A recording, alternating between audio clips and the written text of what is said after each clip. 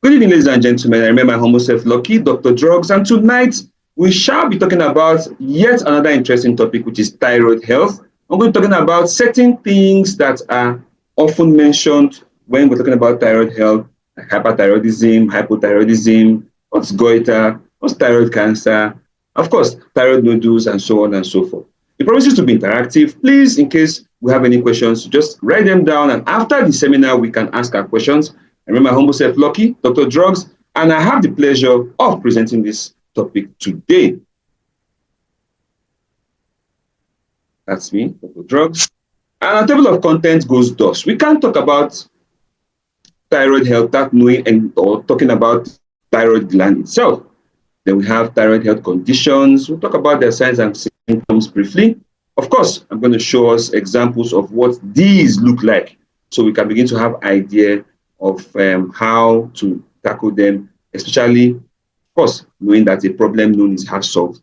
Complications are not left out, diagnosis, statistical occurrence of thyroid health conditions, the management and treatment, challenges in management of thyroid conditions, and chemical drugs that lead to hyperthyroidism and hypothyroidism. I'll talk about that briefly. And of course, biomolecules for thyroid function, and all the way down to knowing the importance of natural pharmaceuticals in the management of thyroid health or thyroid conditions. The thyroid gland is a small butterfly-shaped gland weighing about 20 to 30 grams. You can imagine how small this thing is and how powerful it is with regards to the functions it performs in the human body. And it's located below the Adam's apple. It plays a vital role in regulating metabolism, growth, and development. Now, its functions include hormone production. We know about T3 and T4, that's iodothyronine and tetraiodothyronine or thyroxine. And of course, hormone regulation, because the thyroid gland regulates metabolism, growth, cell differentiation, and development. Let's also bear in mind that when there's a drop in thyroid hormones, the brain secretes TSH or thyroid stimulating hormone from the pituitary gland to stimulate more production. We'll get back to that shortly because that's going to help us understand why the thyroid gland expands. Because as this thyroid stimulating hormone continues to stimulate the thyroid gland, if we don't have enough iodine, it begins to spread its tentacles and get larger in an attempt, in quotes, to capture as much iodine as possible. We'll talk about that shortly, and we'll know why people have what is called Hashimoto's syndrome and so on and so forth, which is strongly linked to hypothyroidism. We'll talk about that in due course. And then we'll talk about, of course, the thyroid gland has metabolic regulation because thyroid hormone influences heart rate, body temperature, and energy levels.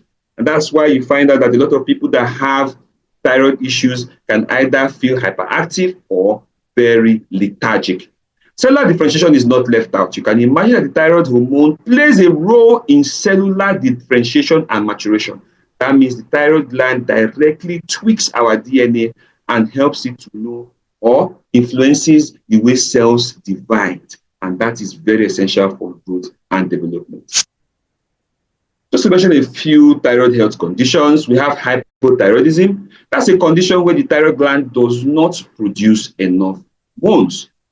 Typical examples of health challenges associated with this are goiter and Hashimoto's thyroiditis. That's not left out. Then we have hyperthyroidism, a condition where the thyroid gland produces too many or too much hormones. Talk about Graves' disease. That's a very, very popular condition. We'll talk about that shortly. Thyroid nodules are not left out. I'm not talking about Indomie noodles or noodles that people cook, 2-minute noodles. I'm talking about thyroid nodules, not noodles. So we're going to talk about that shortly. Thyroid cancer is not left out. Then, of course, autoimmune thyroid disorders are not left out. Hashimoto's thyroiditis is not left out. Of course, this autoimmune condition causes hypothyroidism. We'll talk about that briefly. We'll talk about Graves' disease. Of course, you see, these things are interrelated. You can see how they're appearing again in different parts. Of course, thyroiditis is not left out, where we have inflammation of the thyroid gland, which could be painful, silent, or as a result of or appear after childbirth. Then it could be acute, and of course, it can be as a result of autoimmune condition like Hashimoto's and so on and so forth. Now, let's quickly swing into hypothyroidism. You see, it's a medical condition where the thyroid gland does not produce enough thyroid hormones, period, which are essential for various bodily functions. Now, the signs and symptoms of hypothyroidism are often due to decreased general and or cellular metabolism, and that includes tiredness or fatigue, weight gain, myxedema, that's accumulation of interstitial fluid under the skin. Then we have cold intolerance because the body's metabolic processes have gone down. You know, as your body undergoes these metabolic processes, it generates heat, but this time around it has gone down. That means one will be having cold intolerance. You catch cold easily. You enter a room that everybody is taking off their singlet and somebody is saying, they need to wear socks, bring your jacket, check that person closely. Then we have dry skin. This dry, rough, or thickened skin due to decreased skin cell turnover or dead skin removal and skin oil decrease. Let's bear in mind that these thyroid hormones actually help to stimulate the enzymes that make our skin to, shed off. In fact, we usually shed a good quantity of skin, about 3.5 pounds of skin per year. That means when these thyroid hormones are deficient, it means the skin will begin to accumulate and pile up and lead to what is called a steatotic eczema. Of course, it has this mosaic brick-like structure that begins to form on the skin. And that's, of course, evident, especially when people are having dry skin. So you can see that's a very big issue that is strongly linked to thyroid health. Hair loss is not left out. Thinning or loss of hair due to decreased hair growth. So people are wondering why their hair is falling off or why the hair is not as lush or as full as it was before. Beware that a drop in thyroid hormones will actually lead to this condition or problem. Constipation is not left out. Depression, or feeling sad or depressed due to decreased neurotransmitter production. Remember that activity, even from cellular level, has gone down in terms of what I'm talking about, hypothyroidism. Memory problems are not left out. Muscle weakness is not left out. Heavy or irregular periods. Some people are coming with menorrhagia, or some people are coming with oligomenorrhea and all that. And these are probably as a result of thyroid hormone imbalances. And this is why we often say, go and check thyroid hormone and let us see that we are going to have where to start from. Now, there's a very unique sign and or symptom that is called Queen Anne's sign or Hetohe's sign, which is noticed in the eyebrow. I'll talk about that shortly. So what are the causes and risk factors? We have primary hypothyroidism. This one is when the thyroid gland itself is underactive. Then we have secondary hypothyroidism. The pituitary gland does not produce enough thyroid stimulating hormone. That's when what's supposed to stimulate production in the thyroid gland that comes from the pituitary gland in the brain is not producing enough thyroid stimulating hormone. That's why you see that brain function is very, very important when we're talking about thyroid health. Autoimmune disorders like Hashimoto's thyroiditis is a common cause as well. Then we have obesity, because this leads to inflammation, oxidative stress, and increased risk of this challenge. That's why when I had a patient today, yes, a patient called me today very early this morning, and she was complaining that she had certain symptoms that were strongly linked to thyroid hyperthyroidism. And I asked her a question. We're talking about hypothyroidism, but of course, obesity also causes issues generally. But when I asked her for her weight, she's weighing 107. Her body mass index is almost 40. That's about obesity 3. And I told her, look, you have to start from that place. If you're going to, I'm not saying you should stop your medication, but start from there. Iodine deficiency is not left out. In these days, we're eating all forms of food substances that are not naturally made. Of course, you see that there may be lack of iodine, except those things are fortified. Then thyroid surgery, radiation therapy, certain medication are not left out. Talk about that shortly.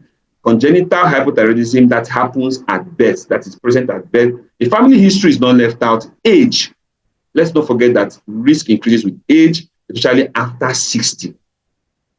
Now, gender is not left out because women are more likely to develop hypothyroidism than men. Autoimmune disorders, having an autoimmune disorder that that is related to diseases like type 1 diabetes or rheumatoid arthritis not left out. Then we have pregnancy. Women who are pregnant or after delivery may have a higher risk. Thyroid antibodies, presence of thyroid antibodies can increase the risk. Iodine deficiency, as aforementioned. Then certain medications, cruciferous vegetables. This is amazing.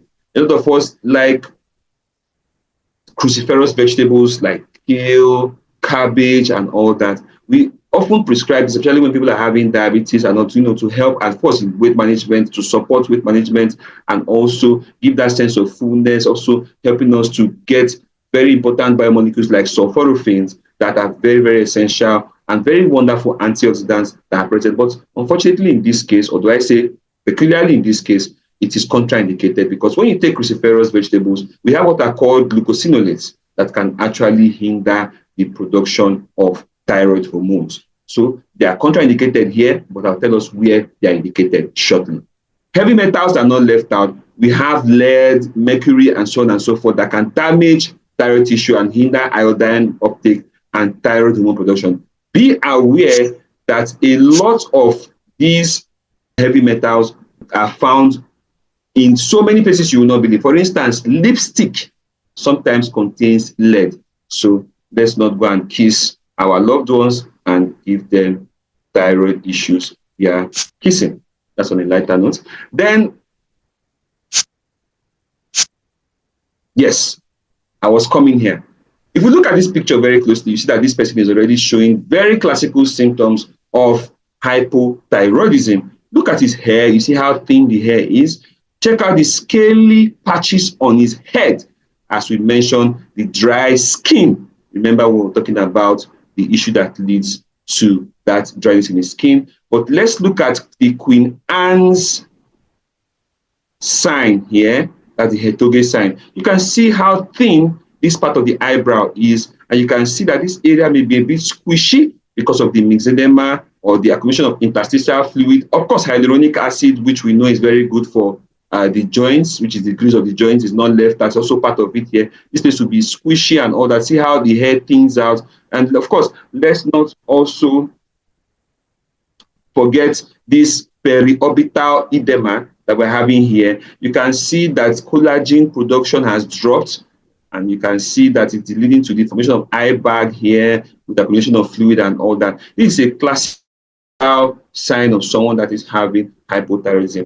And with all due respect, this is Queen Anne of Denmark, who that eye, peculiar eye sign called the Queen Anne's eye is named after. She's quite beautiful, but you can see that that is something peculiar to her. We don't know whether she had that hypothyroidism at the time, but well, here we are. Now, hyperthyroidism, it's a medical condition where the thyroid gland produces excessive amounts of thyroid hormones, T3 and T4, leading to an overactive metabolism. Remember the other in hypothyroidism, we're talking about underactive. Now this is overactive. So the signs and symptoms of hyperthyroidism include weight loss, rapid heartbeat, nervousness and anxiety, fatigue, of course, feeling tired or weak due to, of course, excess or increased energy expenditure. Heat intolerance. In hypothyroidism, we said cold intolerance, because this is as a result of excessive production of heat as a result of increased metabolic activity. So adding more heat to the situation can actually lead to intolerance. Increased sweating to cool down the body. Tremors are not left out. Infertility and changes in menstrual cycle. Ladies, here we have. Then we have increased appetite. Of course, you have to eat more to supply more energy to burn out. Then sleep disturbances, because you see that there's hyperactivity. How can you sleep when your body is already restless and excessively agitated? Then diarrhea is not left out. You can see this lady at the bottom right of our screen here. There's something peculiar about her, and we're going to talk about that. Just look around her eyes and you see what we're talking about. We'll talk about that a little more shortly. Now, the causes and risk factors of hyperthyroidism include what is called Graves' disease. That is what is making this person's eye look like what some people call opolo eye in our local terminology. Let me put it that way. So this is somebody that's having hyperthyroidism and is making the person's eye to bulge like this. Then we have smoking. Of course, this increases the risk of Graves' disease. This is called Graves' disease. This is a sign of Graves' disease, one of the classical signs of Graves' disease. Obesity is here again. Toxic nodular goiter.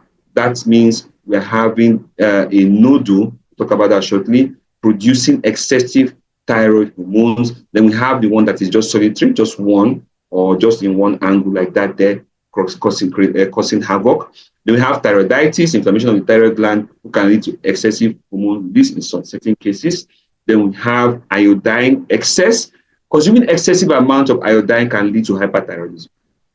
We have certain medication that can actually provoke this, like amiodarone, that is also used for cardiac arrhythmia, can provoke this. Talk about that shortly. A family history not left out, autoimmune disorders not left out, age, because risk increases with age, especially in women over 60. Of course, gender, women are more likely to develop hyperthyroidism. Radiation exposure is not left out. Stress, chronic stress is also a strong risk factor and genetic predisposition. This is what someone that has hyperthyroidism may look like, and this is a very classical depiction of what we know as Graves' disease or Graves' syndrome. Goiter is simply an enlargement of the thyroid gland, and the signs and symptoms include, of course, swelling in the neck, difficulty swallowing, compression of the vocal cord leading to hoarseness of voice. Then we have shortness of breath, because it can actually be squeezed, like it's like someone is actually being strangled from inside, and that's why shortness of breath may come on. Then we have thyroid nodules may also be present as well. Now, the causes and risk factors of goiter include iodine deficiency. This is a very important aspect. When the brain detects a shortage of thyroid hormone, the hypothalamus instigates the anterior pituitary gland to produce thyroid stimulating hormone. In short, the brain produces thyroid stimulating hormone from the pituitary gland, which in turn stimulates the thyroid gland to produce more thyroid hormones. But when there is shortage of iodine, which is a very key factor in production of thyroid hormone, the thyroid gland enlarges in an attempt to do what? Capture, in quotes, more iodine, leading to enlargement of the thyroid gland, which can be visible on the neck as goiter. So you see how iodine deficiency can actually provoke. That's why you find out that people that do not like to eat balanced diet can find themselves in this kind of situation. Now, autoimmune disorders like Hashimoto's thyroiditis can actually cause goiter because the body's immune system attacks the thyroid, causing it to enlarge. And then genetic predisposition is not left out. Environmental factors are not left out, because when one is exposed to certain chemicals or chemical drugs or radiation, it can actually provoke this. Obesity is not left out, that's it over there again, and so on and so forth. This is a classical example of goiter. You can see this lovely woman having this issue on her neck. Let's just talk about thyroid cancer briefly, even though it's not as common as the other thyroid issues. It may not be as common as the other thyroid issues, but it's also good to understand that it is uncontrolled detrimental replication of thyroid cells. And signs and symptoms include lump or nodules in the neck, hoarseness of voice, or hoarseness or voice changes, difficulty swallowing, swollen lymph nodes, pain in the neck or throat, difficulty breathing. And causes and risk factors of thyroid cancer include family history, genetic mutations, smoking is not left out because that will keep dumping free radicals and carcinogens in the system, radiation exposure, especially in childhood. Then, of course, ionizing radiation, that's exposure to ionizing radiation is not left out. Obesity is here again because of the increased risk of thyroid cancer. Then we have age. Of course, the risk increases with age. Women are also more likely to develop thyroid cancer than men, so gender is not left out. Certain medication, like those that are for thyroid nodules or goiter, may actually increase risk. Can you imagine? That's why some people say that wahala just be like bicycle. Imagine you're trying to solve one problem with a drug, and the drug is already producing another problem in the long run. Wow. Heavy metals are not left out, and so on and so forth. This is an example of what thyroid cancer may look like.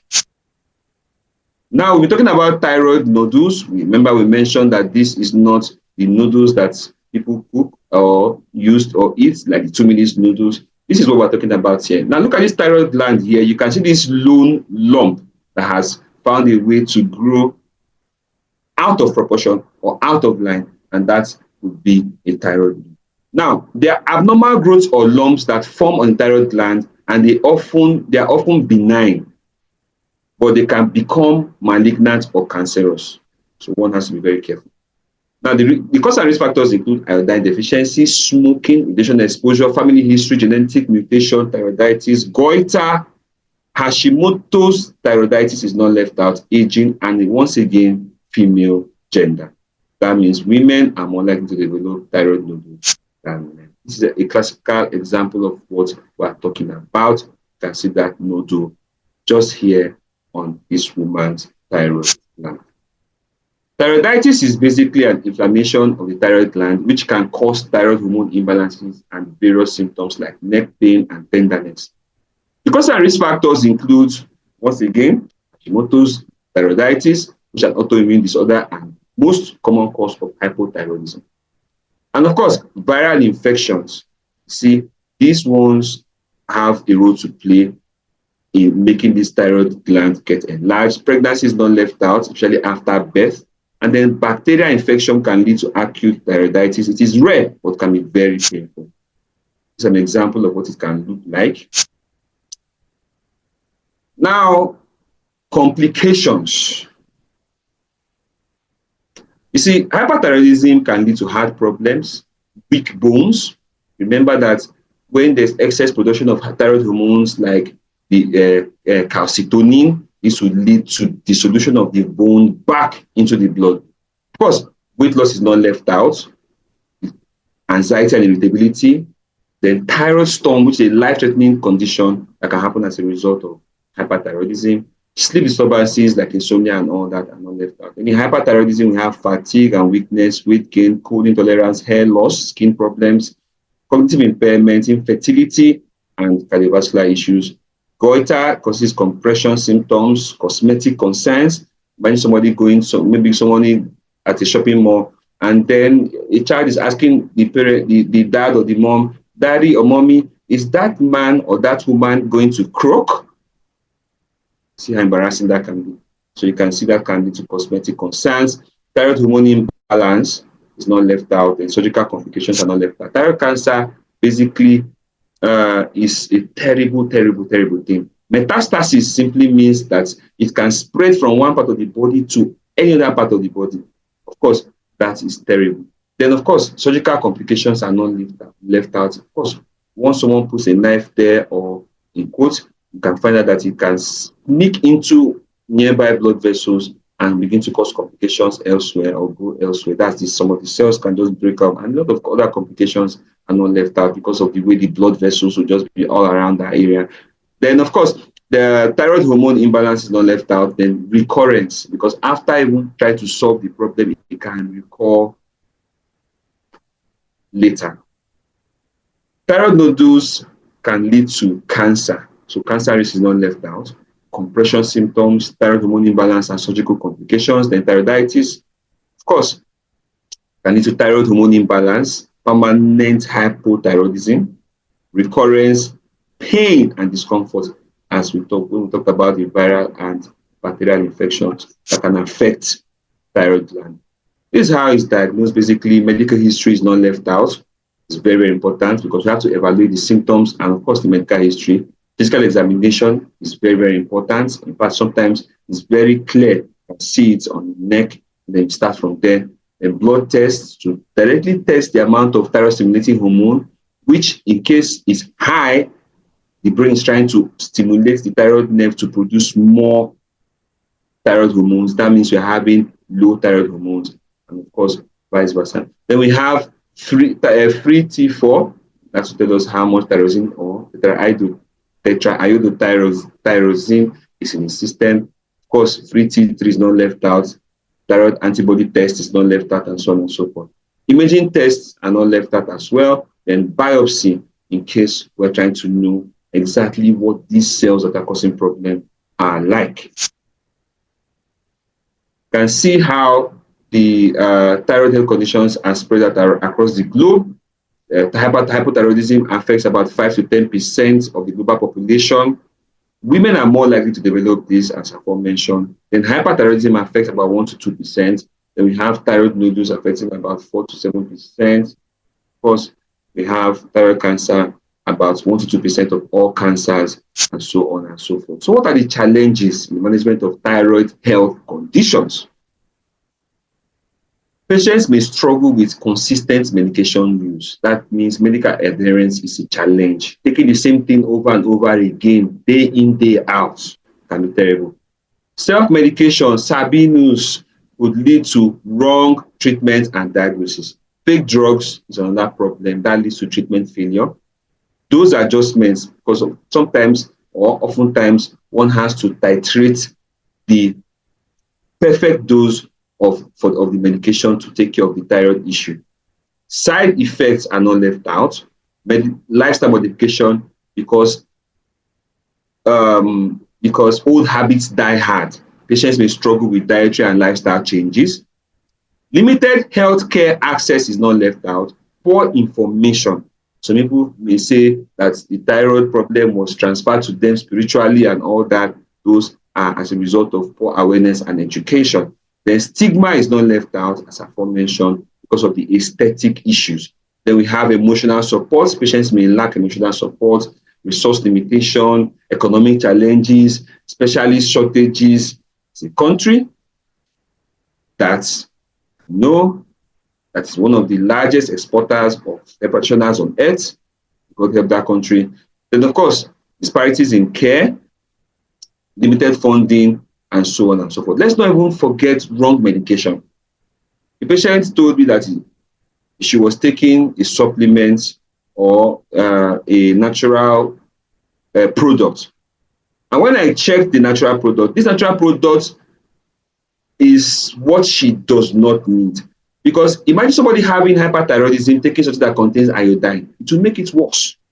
And this natural product contains things that will help with the production of more thyroid hormones. And she was having hyper or excess thyroidism. Let me put it that way.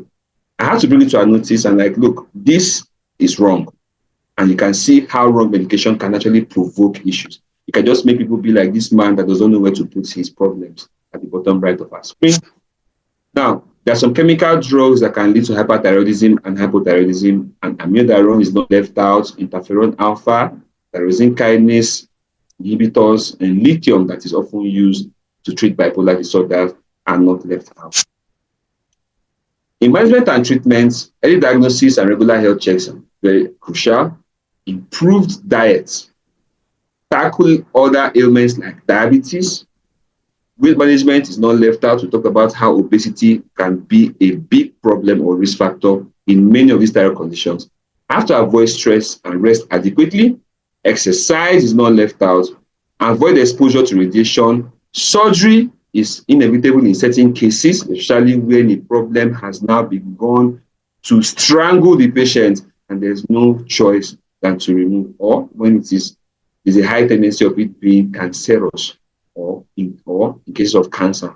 Now, the use of appropriate chemical medication is not left out, and use of natural pharmaceuticals to support in the prevention and treatment of thyroid health conditions is also very, very crucial.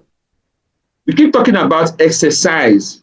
Every day, I wake about 4,000 to 5,000 patients out of about 15,000 patients in one of my small phones for exercise, and I always say 15 to 30 minutes of exercise out of 1,440 minutes in a day can actually help to save one's life.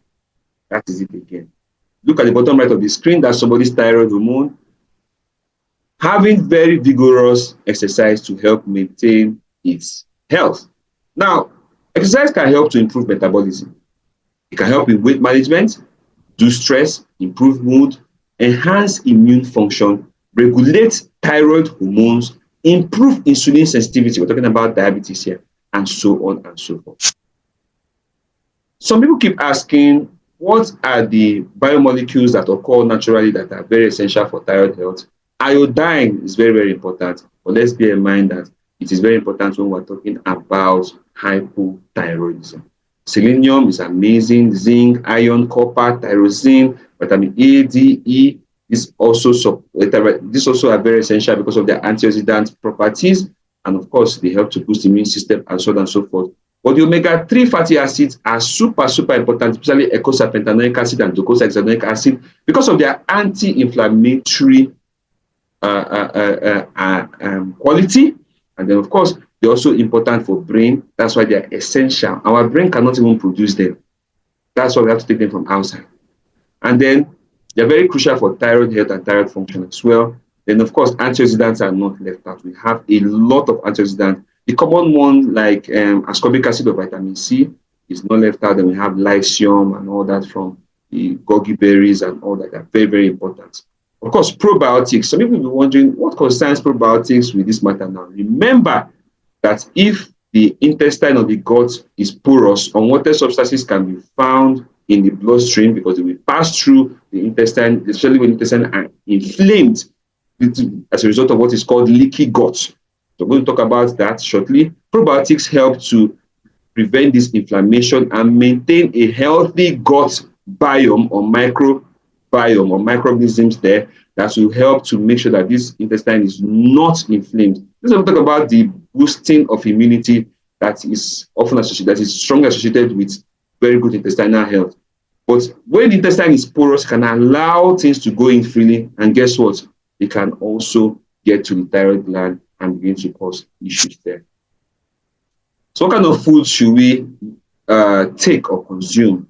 Iodine-rich foods, remember, use them appropriately for the appropriate thyroid health condition. You can see seaweed, iodine salt, all the way down to fortified bread. Selenium-rich foods are not left out. Zinc-rich foods are not left out. Then we have iron-rich foods, because iron is very important because the particular enzyme that is very necessary or crucial for inculcating iodine into that thyroid hormone we're talking about is thyroid peroxidase is very crucial because it has a very strong relationship with iron. You see that omega-3 rich foods are not left out. We talked about eicosapentaenoic acid and docosahexaenoic acid. And of course, we still have one that is alpha-linolenic acid, ALA. But of course, the EPA, DHA are also very important. Then we have tyrosine rich foods, because tyrosine is a precursor. That is the molecule, the biomolecule that starts the process of production of thyroid hormones. Moves from that to iodotyrosine, then it moves to the triiodotyrosine, then it moves to thyroxine or tetraiodotyrosine. Yes, thyroid. Now, antioxidant-rich foods are not left out. Of course, we have to keep the DNA stable and shield the DNA from attack by oxidative stress via reactive oxidative species of free radicals. That's very important. I'll talk about that shortly. Now, talking about chemical intervention, please do not neglect the medication that the hair practitioner has given to you. Please and please do not do that. Now, this is just to show us some of them, just a few of them. Of course, there are some of them that are very popular, like the levothyroxine, the liothyronine, and so on and so forth. Then we have metimazole, which is in the family of carbimazole. As you can see, we have that, which are often given for hyperthyroidism, especially patients that are having Graves' disease and all that. Goiter medication are not left out. You can see them there. Those for thyroiditis, like the NSAID and so on and so forth. Those for thyroid cancer are not left out, and those for thyroid nodules are not left out as well. Now, this is just to make us understand the importance of sticking to our dosage, the dosage or the recommended dosage given by the health practitioner. It's not in any way to discourage us from these chemical drugs. Just know that all drugs are poison. All chemical drugs are poison. That is basic medical science knowledge. Let me do it that way. So now, these are just a few of these common side effects. Levothyroxine, of course, can lead to weight loss, anxiety, and so on and so forth. Metimazole also causes these ones over there. And then we have propylthiouracil, which can lead to elevated liver enzymes, jaundice, and so on and so forth. Radioactive iodine is not left out, all the way down to beta blockers that, of course, we know are used to help in cases of cardiac arrhythmia, like palpitation and all that. Rapid heart rate helps to calm the heart rate down and also helps to counter the associated high blood pressure when we're talking about hyperthyroidism, which is not uncommon in patients that have Graves' disease.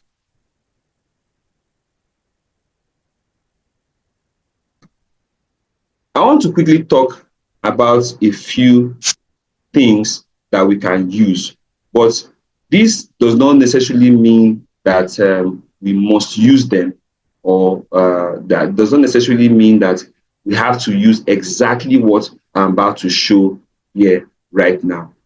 Now, before we continue, I want us to understand that there are natural pharmaceuticals that are very, very, very crucial with regards to management of these conditions. Now, what we're going to talk about shortly are not designed to, you are not compelled or forced to buy this product that we're showing, but focus on the active ingredients. What this means is that the active ingredients you find in these products are what you should be looking at. If you can find these active ingredients anywhere else, you can enjoy yourself. But if you are my patient, these are the active ingredients I'm going to give to support thyroid health treatment, thyroid health treatment, or thyroid treatment, or thyroid health condition treatment.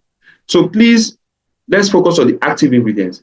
Let's bear in mind that these natural pharmaceuticals are very important when it comes to weight management, management of other lifestyle diseases that can provoke thyroid issues. They are also very essential in regards to fortifying or providing the nutrients that are needed with for thyroid health, and so on and so forth. So please and please, let's focus on these biomolecules, and remember that if you can get them any other place or anywhere you like, please enjoy yourself. Go ahead. But these natural pharmaceuticals are very, very, very important in regards to management of thyroid health conditions. So let's quickly look at a few of them. Now you can see this is royal jelly. Remember that we talked about the pituitary gland secreting thyroid stimulating hormone, and is located where? In the brain. Now, this contains choline, which is a precursor of acetylcholine, which is a very important neurotransmitter in the brain. And let's not even forget that it helps to fight depression because it has what is called the parasympathetic activity. It stimulates the parasympathetic axis. That's the axis that calms the body down. And then, of course, it helps to relax the brain and body against insomnia. And its antioxidant quality helps to protect the thyroid cell DNA from damage by free radicals. That's a lot of things. So we're going to just quickly rush through. This is bee propolis. It's a powerful natural antimicrobial agent. Of course, we know where this is driving at. Remember, we're talking about infection, thyroiditis, and all that. It also has anti-inflammatory qualities and also helps to boost the immune system. It also supports with immune system support. Then lycium is a powerful antioxidant. And you can see that this antioxidant is very important for DNA stability because it helps to prevent oxidative stress as a result of free radicals and reactive oxidative species. And that's why it helps to stabilize this DNA and prevents it from replicating anyhow and causing thyroid health challenges. Of course, it reduces inflammation and oxidative stress, as aforementioned. This is Arctic Sea. This is where you can get original or the real deal. We're talking about omega-3 fatty acids like eicosapentaenoic acid and docosahexaenoic acid.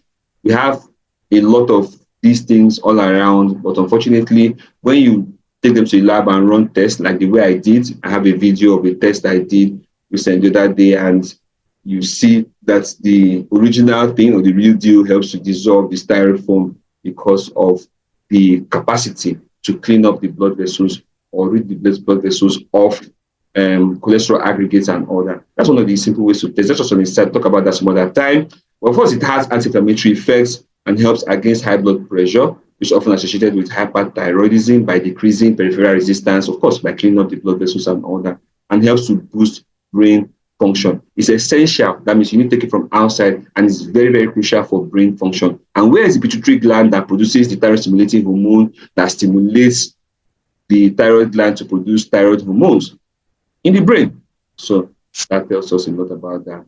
This is something that we cannot finish talking about today. Just to mention a few of the things: aloe vera gel has been used for thousands of years for a lot of reasons. It has anti-inflammatory qualities. It has analgesic qualities via anthraquinones. It boosts immune system via asemaman. Of course, it has antioxidant qualities. It has somatic stem cell stimulation quality. I'm not talking about what those people say they put under their tongue or they swallow and all that. That is not correct. You cannot imbibe pluripotent stem cells that way. The acid in the stomach can destroy it, and the cells cannot pass through the cells that are in the sublingual cavity, the lining of the sublingual cavity. That is not true. Well, those things may contain powerful antioxidants, but they are not somatic stem, and they're not pluripotent stem cells, which are mostly restricted to the bone marrow for differentiating into different kinds of blood cells. So please and please, you can only have somatic stem cell stimulants like what we have here. Now, of course, the uses or the functions are numerous. We're not finished talking about that today. Then we have immune blend. Of course, from the name, we know what it does. It helps to boost immune function. Let's not forget that it contains selenium and all that can help with thyroid function. Zinc is also present and is very important for thyroid function. Then we have the probiotics. Yes, we have a lot of probiotics. In fact, we have them in Greek yogurt, that like Lactobacillus species, but we're talking about something that can give us very, very powerful support. We've talked about how important it is to have very good gut health, because anything that passes through the gut illegally as a result of leaky gut or inflammation of the gut can actually travel to where the thyroid gland and begin to cause problems. This also happens to children that have intellectual disabilities like autism. You can see that when they are having leaky gut, unwanted materials begin to pass through easily, especially inflammatory substances like sugar or refined carbohydrates, which we should definitely avoid when one is having thyroid health challenges because of their inflammatory qualities and a lot of things that these things can cause in the body. We talked about that in previous videos, on previous seminars. And of course, these Active Pro B contains 6 different strains of very powerful good bacteria or probiotics, and they can help to maintain a very good gut microbiome and, of course, counter inflammation that may result as a result of bad bacteria, because they are good bacteria. And let's not forget that it will also help to reduce oxidative stress. And there's a very strong link between the gut health and immune function. Please let's bear that in mind.